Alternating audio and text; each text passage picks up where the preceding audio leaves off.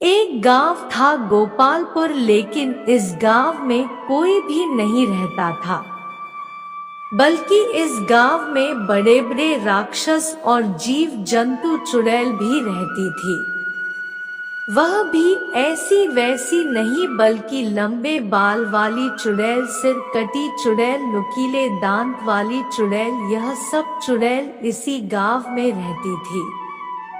इस गांव के सभी इंसान गांव को छोड़कर भाग गए थे दूसरे गांव, और जो चुड़ैल थी उस गांव में जो रह रहे इंसानों और बच्चों को उठाकर ले जाते और जंगल में ले जाकर मारकर खा जाती। गांव के लोग बहुत परेशान थे। हर एक दिन कोई न कोई व्यक्ति उन चुड़ैलों का शिकार जरूर बनता था।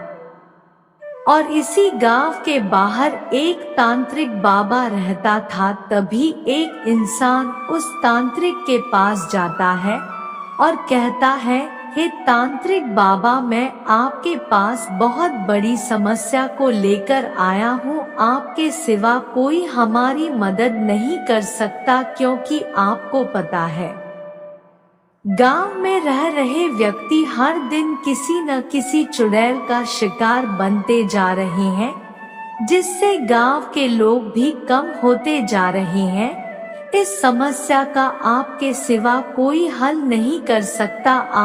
आपसे एक ही निवेदन है कि आप इस कठिन परिस्थिति में हमारा साथ दे और हमें एक जीवन दान प्रदान करे। वह व्यक्ति जब तांत्रिक से इतना कहता है तो तांत्रिक बोलता है, भले इंसान, इस बात से तो मैं भली भांति परिचित हूँ कि आए दिन गांव के लोग किसी न किसी चुड़ैल का शिकार बनते जा रहे हैं।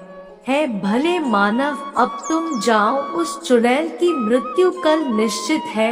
फिर अगले दिन जब वह चुड़ैल इंसानों को खोजते खोजते उस तांत्रिक के पास पहुंच जाती है, जो कि तपस्या में लीन रहता है, तो वह चुड़ैल बोलती है, अरे तांत्रिक, क्या तुझे अपनी मौत से डर नहीं लगता जो इस गांव में आ गया है? अच्छा हुआ जो तू आ गया है।